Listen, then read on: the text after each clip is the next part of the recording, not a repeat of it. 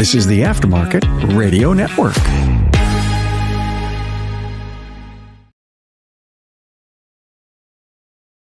Welcome to another episode of Speak Up Effective Communication, the show on the Aftermarket Radio Network focused on our communication and leadership skills.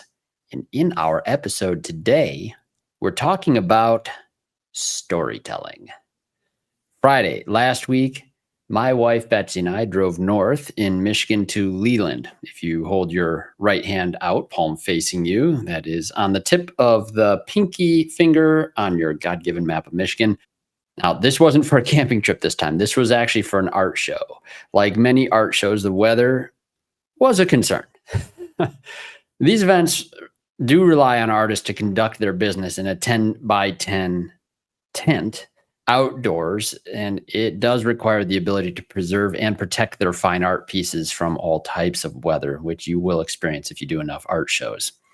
Now, we had two choices in Leland that weekend: set up early the day of the event in the rain, or set up Friday night in the early evening in perfect conditions and just secure everything, as we are well prepared and practiced in doing, to weather the predicted downpours and thunderstorms that were due to arrive in the early hours of the morning, with chances of that rain lasting till mid-morning. Hey, we knew that to be ready for these early shoppers that often come to these shows, we didn't want to be setting up in the rain and trying to be ready and keep things dry without the tent already established. We needed to be good to go, rain or shine, and so we set up Friday night. We enjoyed a really great dinner at our favorite farm-to-table restaurant up there in Leland, Farm Club, and then we had a good night's rest at our hotel, dreaming of a great day at the show. Well, overnight, the rain did come as predicted. We heard some rolling thunder as well, and when we arrived at the art tent in the morning, we zipped open the rain covers, and as we predicted, everything looked great until a drip of water passed by my face and I slowly looked up. Uh-oh. Are you hooked? I hope you are, because I'm attempting to apply a simple formula for my story. This formula that I really did just learn this past 2 weeks. And I'll explain to you more about that and continue my story throughout this episode.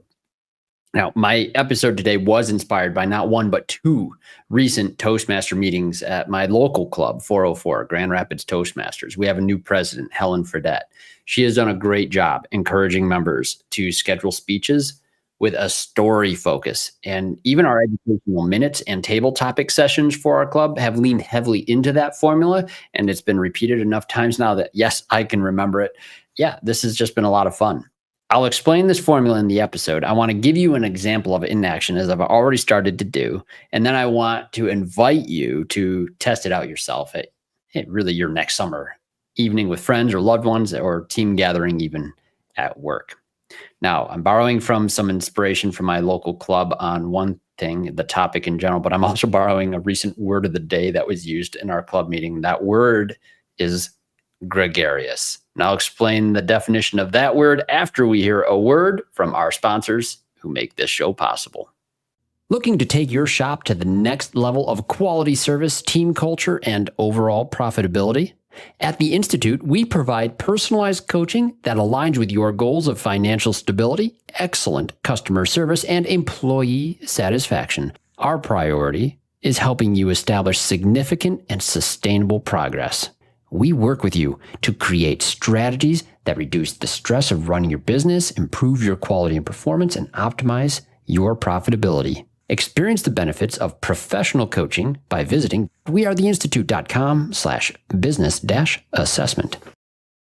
Hey friends, as you know, I'm a proud member of the AutoFlow team, and let me tell you, we've changed how business is done for auto shops everywhere. We support your client experience before, during, and after the work is done.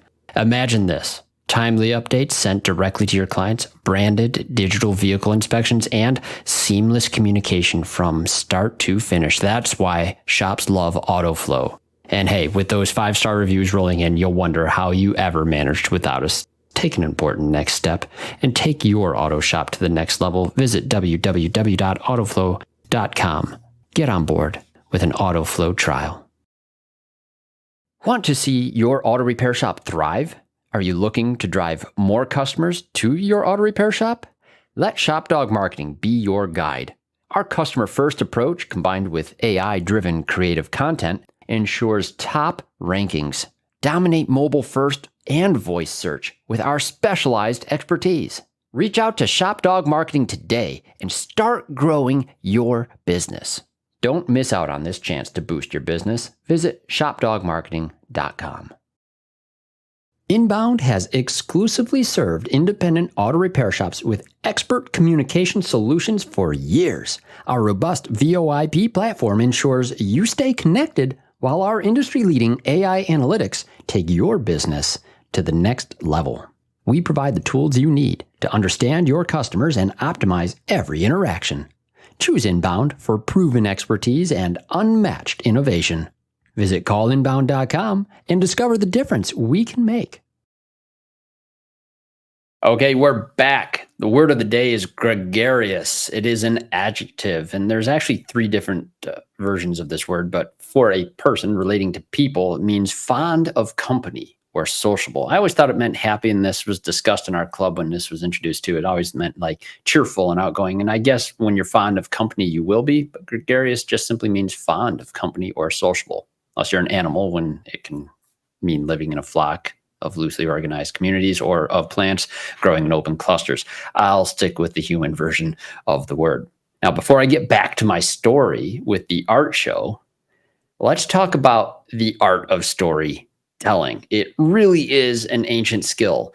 Before Holy Scriptures, or for that matter, digitized automotive repair procedures, which might also be sacred to my friends in the automotive aftermarket, there was only verbal language to describe important lessons or share experience to be remembered best. This wasn't just done through listing details or complex instructions. Things are best remembered by being experienced through a story, whether you're listening or telling it, in fact. As any parent knows, eventually you'll have read all of the bedtime stories to your kids, and the day will come when it's up to you, just you, to tell a story. My kids still remember the stories I would tell, and I think now that they're older, they also know where I borrowed some of them from. But maybe you're not a parent just yet, but it's already apparent to you that when you have a story to tell, you get lost, and so does your audience. Now, no matter the situation you find yourself in, storytelling is one of, I think, the most important things we can do to create shared experiences as humans. They help us understand each other, connect with one another, and even learn to empathize or identify with others. Now, whether it's for business, for humor, or for a moral lesson, a good story is easier for any human audience to focus on and listen to and retain information from. And all of this makes stories a very powerful tool in your communication toolbox. Now, if you are like me, ancient skills feel long forgotten when you're put on the spot to tell a story. A million things rush through your mind, and what gets spoken often comes out of context, missing details, or it's just outright confusing. That's why this formula is going to be helpful. Here is the formula. It starts with a mnemonic, LA. Helen, our club president, suggested we remember this mnemonic by saying the story starts in Los Angeles, because LA stands for location and action. And there's been some of that in Los Angeles, so it really, really sticks, really works right now. So we'll stick with that. Location and action. These are two key ingredients for the story. Next is want, then obstacle, and then resolution. So location, action, want, obstacle, resolution. This will be in the show notes for you. If you can't remember it here, just listening, take a look at the show notes here. Now, in my introduction and my story for this episode, I've already established the location and the action and the want. Remember what they are? Pull out your map of Michigan again. Yep, the pinky finger, Leland. It's amazing, guys. Fly into Traverse City, Michigan, and you're nearly there. It's just probably about a 20-minute drive from Traverse City. Absolutely gorgeous part of our state. Leland was the location. What's the action? Easy. Art show and some forecasted rain. The want? Well, I'll explain it if it wasn't already clear in the context. The fine artwork my wife has created, we want that to be dry and safe so it can sell. That is why we're there. So, what about the obstacle and the resolution? Well, that's exactly where we left off, isn't it? Now, pay attention as I introduce an obstacle and a resolution as I continue the story. So, where were we? Right. We heard rain and thunder overnight, and actually, we drove through quite a downpour on our way to the art tent that morning. The rain tapered off completely, though, during that short drive, and the more dry but still cloudy conditions were really upon us by the time we arrived, and the radar looked clear. This is good. So Betsy and I walked to the tent after parking, and she greeted several of her artist friends. All of them are cheerful, wonderful people. Some were frantically completing their setups, and of course, we continued on our way to our own tent to finish our preparation. And when we arrived at our own tent, standing firmly and fully intact, thankfully, we unzipped the sides, looked around, and were happy to see only a few signs of water intruding in the tent. I was feeling really good about it when a drip of water passed by my face.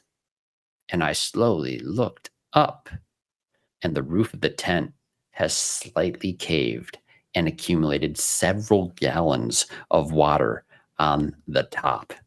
It looked like a massive air bubble, like you could almost just poke at it and pop it. You wouldn't want to do that. This is water. And the barely permeable material of the tent's roof was permitting some water to actually drip through. Fortunately, not on any paintings or prints yet. I looked, and there was another quarter of the tent top that had a similar issue, although a little bit less severe. Now, the rain had stopped, but it was necessary quickly before people arrived to remove the water from the tent's roof and then shore things up in case of more rain. There was still a chance of that throughout the day, really the next couple hours at least. Well, I'm tall enough to reach the bottom of that water bulge. My hands alone would only suffice to push the water from one area to another, not enough to push it over the edge of the tent is what I would need to do. I looked around and I saw the large plastic bins that my wife uses to transport and secure her artwork. And those are sitting empty right now since the art is hung and on the wall. But I saw that lid there. And as I put my rain jacket on, I asked Betsy to hand me one of those lids. Great idea, right? So I'll use this large plastic bin's lid, my height, and my long arms to carefully, slowly push the water over the top rail of the tent, relieve the water's weight, and then resecure the tautness of that roof. And this crisis will be averted. And that is exactly what happened for a moment. As I pressed the lid against the water, the process began to work. Gradually, some of the water was spilling harmlessly on the outside of the tent onto the grass. This was working. When suddenly, with no warning, it sounded like a giant water balloon burst right in my face. Water spilled across the entire front of my body. In an instant, I felt soaked and confused about what the heck had just happened. I looked up, and the corner of the tent had slipped out over the corner bracing, and the tent's roof had caved in, allowing that corner of the roof to spill atop me. And while fortunate, it really was fortunate that it spilled on me. I had put my rain jacket on as a precaution. I had failed to zip it, however, so just wet on the front. All I could do was chuckle, which relieved the shocked look on my wife's face, who had now really the most comical view to my most recent lesson in physics. But the good news is it spilled on me, not on the art. The story's not over. With the sky growing dark, we now had to refasten the tent, clear more water, and set up another awning on the front of the tent. And sure enough, as the first people started to wander into the show, another downpour came. My wife's like, it's getting darker. Is it going to rain? I'm looking on the radar map, nothing on it. But sure enough, it did, in fact, start to rain. Now, using two poles, these long plastic poles, and the pockets of my now zipped rain jacket, I was able to use these poles to keep the top of the tent taut during the duration of the downpour, but I had to remain fixed for the duration of the downpour, soggy, but securing the weak areas of the tent roof. Not an ideal start to any show at all. And I do have a rather comical picture of it on the show notes here if you want to get a good chuckle out of this. But hey, I must have been doing a great job working now as a fixture of the tent, because even though the show wasn't open, 2 early shoppers did decide to walk into the tent. One carrying a conversation with me like a deluge wasn't happening outside, and another lady actually took a phone call behind me while I'm standing there with these 2 poles keeping water from building up on the roof. Goodness. I'll say this, at the last of the rain did leave the area. A great day followed, and we only weathered the loss of one small placeholder painting, and not an original painting at that. It was a printed painting. Those originals are really valuable, so we were happy not to lose those. But hey, thanks to the moisture wicking clothing I've learned to wear while rucking, as I do for my fitness regimens in many weather conditions, I was dry in no time, as well as everything else. So hey, I hope you saw how the obstacle and resolution and another obstacle and another resolution were applied to round out that story formula on my recent weekend adventures. I also hope you enjoyed a bit of a laugh along with my wife at my expense. And next time you have a story to tell, remember the formula: location, action, want, obstacle, resolution. Do you have something to add, something you're more curious about, or other storytelling ideas, formulas, or prompts that you need to hear? Go ahead and email me a question. Email me here at speakup@craigoneil.net, and I'd also be ever eager to hear any topics that would be helpful for you on your communication journey, be it in the shop or out there doing whatever you're doing in this wonderful, beautiful world, especially if it's beautiful Michigan. And hey, remember to listen up to the other shows on the Aftermarket Radio Network. We have Remarkable Results Radio with Carm Capriato, Diagnosing the Aftermarket A through Z with Matt Fonslow. I was thinking of him when I made that little quip about digitized repair procedures, which we desperately want our technicians in our industry today to read before they do things. Thank you, Matt, for that wonderful advice, and I hope you enjoyed the joke. Business by the Numbers, Hunt Demarest, Auto Repair Marketing Podcast, Brian and Kim Walker. And of course, we have the Weekly Blitz with Coach Chris Cotton. And hey, once again, thank you to all of our sponsors who make this show possible. Thank you, our loyal listeners, for joining us. For those who are catching this recording online or watching the YouTube channel, I encourage you now, get out there, listen up, speak up, tell a story.